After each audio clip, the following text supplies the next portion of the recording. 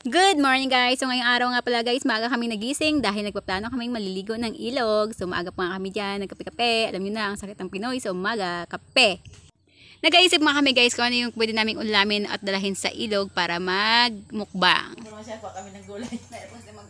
Wala na, natandaan na yung gulay natin doon. Nako, yung apoy natin oh. Tapos sa hapon mayroon. Mother, paubos na yung apoy, mother. Mabos na yung apoy, dapat tayo kasalang. Ayun pa yun oh. Ayun nga, dahil guys may kutap to, so ayan po yun yung ginayat-gayat ko dyan dahil sabi ko gulayin na lang namin yan mamaya para naman may dagdag kaming babaonin doon sa ilog na aming pupuntahan. Nagpakain na rin pala guys si mother ng baboy niya, kaya sabi ko magsama ako. So ayun na nga guys, so nakakatawa lang tingnan yung mga baboy na tuwang-tuwa rin sila magkain kahit nadarak lang yung pagkain nila. Kung ano kasi guys, nakaraan pagka pinipids, kaso nga lang lack of budget, wala tayong budget, kaya darak sila. Sa tips lang guys, kung halimbawa na mag-alaga kayo ng baboy sa sunod, much better na kung darak-darak lang muna at wag niyo siya lang sanayin sa feeds kasi nga pag nasanay na sila doon, syempre nagbabago din yung ng katawan nila, hindi sila naglalaki ng maayos. Ganun kasi yun, pag nasanay na sa'yo, wag mo nang pakawalahan kasi kawawa din. Char. At dumating na rin nga pala guys si Bibo, yan nakita ko na siya dyan. Nakikipagharutan siya sa mga bansot. Nag-isip-isip bata mo na ang person. O, diba? Ano sa'yo ma? Pagod magana? Pagod magana? Pagod ka magana? Wala. Kaya mo guys, yung manisibag namin ng dalawang bansot. Si Juna kasi mangot. Si Jaro kasi mangot din. Mga si mangot maglahugas ng pato. Minsan nga makahugas ng pato kasi mangot pa. Ha? Ha? Hindi daw, magngiti ka daw. Kadawar, mangiti kadawar. Ayun ni GR. Bot daw. Na. Ta? Nabitawan. Galit talaga si Juna. Ayun na nga guys, yung tatlo dyan guys, narinig ko nag-uusapan sila tungkol sa mga picture-picture na dati. Habang si Jinji naman guys, yung nagpapatuloy sa pagayat-gayat ng utap to dahil nga naiwan ko kanina at nagsama ako kay mama magpakain ng baboy.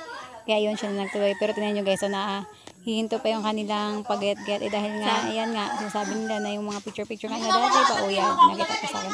Ano? Ay, ako yan. Pagkamalan doon ng Jinji na siya daw yan. Pero ang totoo guys, Magkakamukha kasi? kaya yun. Yan, di mo rin talaga. Kasi Hindi mo rin talaga masisi. kuwentuhan dyan. O, sino kaya sa sikikisabihan.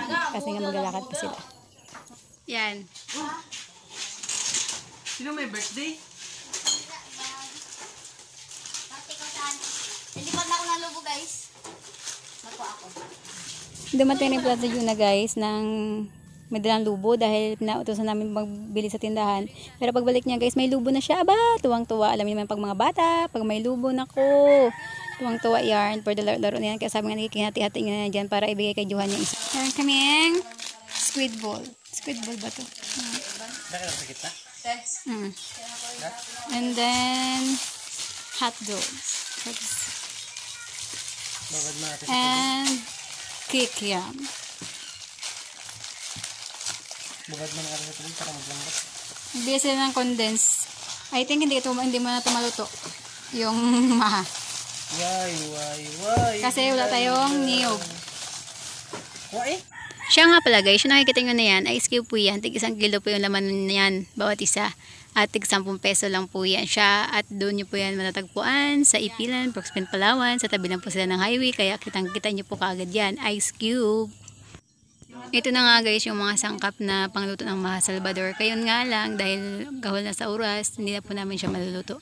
Yung dalawa po na yan, ay galing pa po yan kila Tita Luda, yung evaporada at saka yung corn. Hindi rin po namin naluto doon sa rito, but that's why dinala po namin dito sa aming bahay. Ito jibaw, magpapilot. Yan na nga guys, okay na siya, nakalagay na sa plato at gayat-gayatin na lang po yan nila para maging goods. Oh, gano'n na nga. Malaki yan, da. Dito ako magputol-putol ba? Ayan naman chopping board. Ito pala guys, gulay pa namin yan. Yan. Ano to siya, kutap to, tsaka yung talong. Pwede niya ng halpits pagluto na.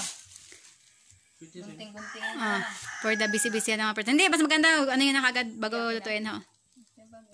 So yun na nga guys, sinimulan na ni Biboy na gayat-gayatin dyan para goods na siya mamaya. Para isang timo na lang kagad guys, diba? Diretsong muya. Lunok agad, charot. Basta yun.